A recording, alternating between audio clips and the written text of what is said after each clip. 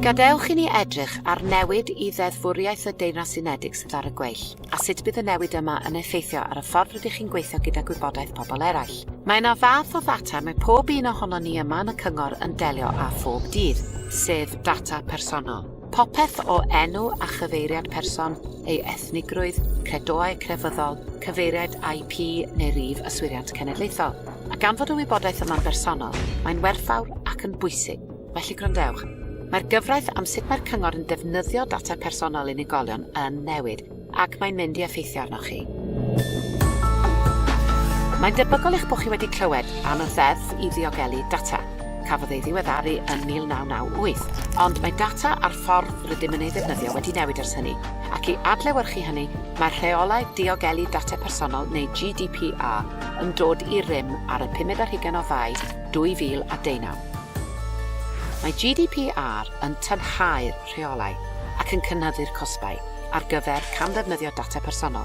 Felly mae sicrhau bod pawb yma yn y cyngor yn rheoli'r data'n ddiogel yn bwysicach byth. I'r cyngor, gall y rheolau newydd yma arwain at ddirwy fawr, embaras cyhoeddus a cholli hyder y cyhoedd, a gallech chi wynebu archwiliadau disgyblaethol ac, mewn achlysuron eithriadol, archwiliadau troseddol. Data personol. Cofiwch y ddau air hynny. O hyn ymlaen maen nhw'n mynd i gael effaith mawr ar eich gwaith yn y cyngor. Mae'r cyngor yn casglu a defnyddio data personol mewn nifer o ffyrdd, ac yn hanfodol oherwydd natur ein busnes, rydym yn casglu gwybodaeth am filoedd o breswylwyr ac ymwelwyr, fel rhan o'i darparu gyda gwasanaethau. A dyna'r math o weithgareddau, casglu gwybodaeth eu prosesu a'i cadw yn ddiogel, sydd yn eich gwneud chi a'r cyngor yn agored i niwed, os bydd camgymeriadau. A dyma'r broblem.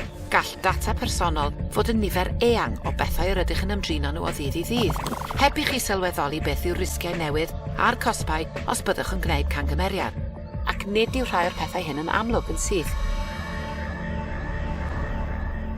Pidwch â phoeni, dyma canllaw i adnabod data personol.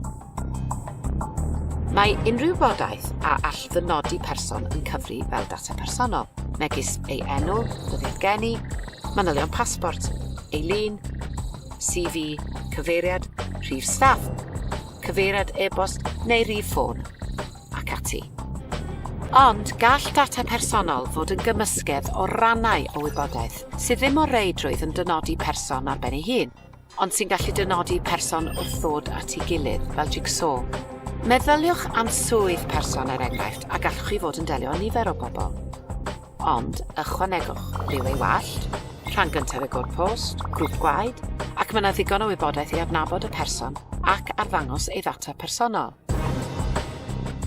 Felly, cyn rhannu darnau gwahanol o wybodaeth, mae'n rhaid i chi ystyried os all y cyfuniad datgelu person unigryw. Ystyrir rhai data personol i fod mewn categori arbennig, sy'n fwy sensitif ac sydd angen mwy o ddiogelu. Mae hyn yn cynnwys pethau fel iechyd, bywyd rhywiol, ymddygiad troseddol, hil, ethnigrwydd, credoau crefyddol, barn wleidyddol neu aelodaeth undebau masnach. O fis Mai 2019 ymlaen, gallwch chi hefyd gynnwys data geneteg a biometreg. Cofiwch fod data personol ym mhob man. Mae'n werthfawr ac mae'n cynnwys barn yn ogystal ac ystadegau. Iawn, efallai bod hynny'n lot i'w gofio, ond mae'r cosbau yn enfawr. Dan y ddeddf newydd, os ydy unrhyw un yn camdrin data personol, gall y cyngor dderbyn dirwy o hyd at €20 miliwn, sef 4% o drosiant cyfan y cyngor. Mae hynny'n lot fawr o arian cyhoeddus. Yn yr adran nesaf, byddwn ni'n edrych yn fanylach ar beth sydd angen ei wybod am ddelio â data personol.